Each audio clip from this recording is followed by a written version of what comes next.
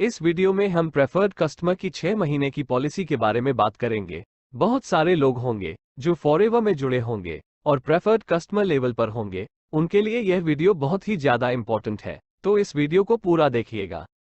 Preferred customer की 6 महीने की पॉलिसी, जो कि नवंबर 2010 से लागू है।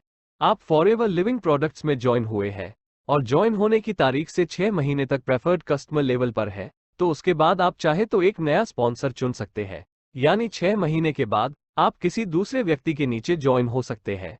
एक एग्जाम्पल देता हूं, मान लीजिए आप 1 जनवरी 2023 के दिन फॉरएवर में ज्वाइन हुए हैं और 30 जून 2023 यानी कि 6 महीने तक आप असिस्टेंट सुपरवाइजर नहीं बनते हैं, यानी कि प्रेफर्ड कस्टमर रहते हैं, तो 30 जून के बाद यानी कि 1 जुलाई 2023 से आप चाहो तो किसी दूसरे व्यक्ति के नीचे फिर से ज्वाइन हो सकते हैं, यानी आप अपना स्पॉन्सर बदल सकते हैं। एक प्रेफर्ड कस्टमर जो एक नया स्पॉन्सर चुनता है, वो किसी भी पूर्व डाउनलाइन और संचित मूव अप सीसी को खो देगा और सभी लागू इंसेंटिव के लिए पुनः रूप में गिना जाएगा। 1 अप्रैल 2015 से लागू फॉरएवर बिजनेस ओनर एप्लीकेशन पर सिंगल नेम रिक्वायर्ड की नई पॉलिसी के कार्यान्वयन के साथ अपने मूल फॉरएवर बिजनेस ओनर एप्लीकेशन पर दूसरे आवेदक वाले प्रेफर्ड कस्टमर दूसरे आवेदकों का नाम पूरा होने पर स्वचालित रूप से हटा दिया जाएगा। Active qualification, volume bonus, leadership bonus और सभी इंसेंटिव्स के लिए अर्हता प्राप्त करने के लिए एक एफबीओ को एक्टिव होना जरूरी है और उस कैलेंडर महीने के दौरान मार्केटिंग प्लान की अन्य सभी आवश्यकताओं को पूरा करना जरूरी है, जिसमें बोनस अर्जित किए जाते हैं। अपनी होम ऑपरेटिंग कंपनी में महीने में एक्टिव माने जाने के लिए एक एफबीओ के पास उस महीने के दौरान होम ऑपरेटिंग कंपनी में कुल 4 एक्टिव सीसी होने चाहिए, जिनमें से कम एक सीसी पर्सनल आईडी में होना चाहिए और बाकी खुद स्पॉन्सर किए प्रेफर्ड कस्टमर से होने चाहिए।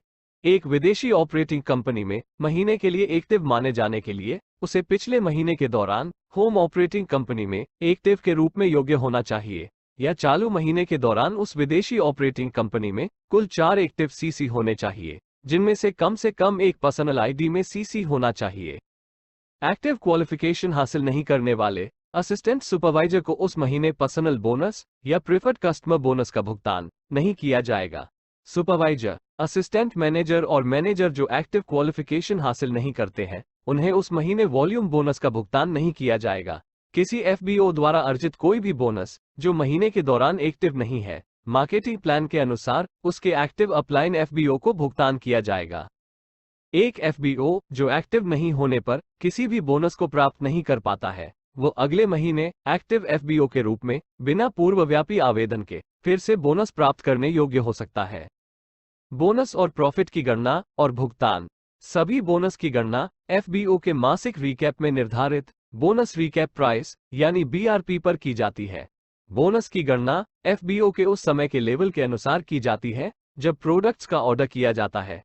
बोनस उच्च लेवल पर जाने की तारीख पर आधारित होते हैं। एक एफबीओ को अपने द्वारा स्पॉन्सर किए हुए टीम में किसी भी एफबीओ पर वॉल्यूम बोनस नहीं मिलता है जो मार्केटिंग प्लान में समान स्तर पर है। हालांकि उसे लेवल की उन्नति और अन्य इंसेंटिव के लिए ऐसे स्रोतों से पूर्ण सीसी प्राप्त होते हैं।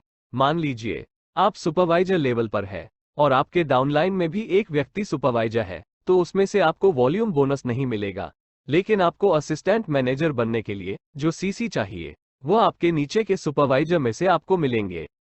जिस महीने कंपनी से उत्पाद खरीदा गया था, उसके अगले महीने की 15वीं तारीख को एफबीओ के बैंक खाते में बोनस भुगतान जमा किया जाता है। उदाहरण के लिए मान लीजिए जनवरी महीने की खरीदारी के बोनस 15 फरवरी को बैंक खाते में जमा किए जाते हैं।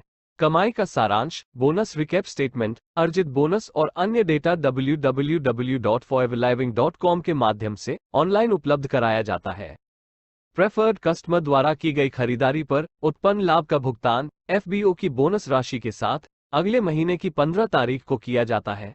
जिस देश में प्रॉफिट या बोनस अर्जित किए जाते हैं, उस देश के बाहर किसी एफबीओ को किए गए भुगतान पर अर्जित कोई भी थर्ड पार्टी शुल्क या फीस या टैक्स की जिम्मेदारी उस एफबीओ की होगी।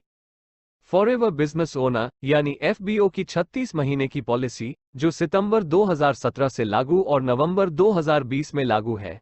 एक एफबीओ जिसने लगातार 36 महीनों तक कोई भी प्रोडक्ट्स की खरीदारी नहीं की है, वह अपने सभी स्पॉन्सर किए डाउनलाइनों को खो देगा।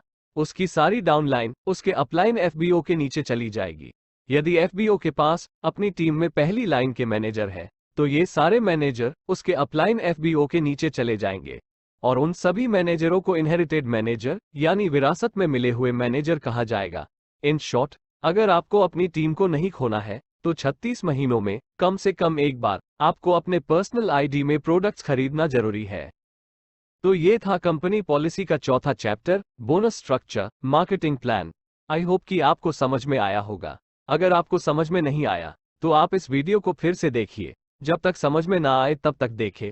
चाहे तो आपके स्पॉन्सर या एक्टिव अपलाइन से पूछें या फिर इस वीडियो में आपका सवाल कमेंट करें। मैं कोशिश करूंगा कि जल्द से जल्द रिप्लाई कर पाऊं। दोस्तों, कैसा लगा यह वीडियो कमेंट करके जरूर बताइएगा। वीडियो को लाइक जरूर करिएगा। इस वीडियो को और कंपनी पॉलिसी सीरीज के प्लेलिस्ट को शेयर कीजिए अपने सभी टीम मेंबर्स को, ताकि वह ज्यादा से ज्यादा सीख सके, उनकी टीम को सिखा सके।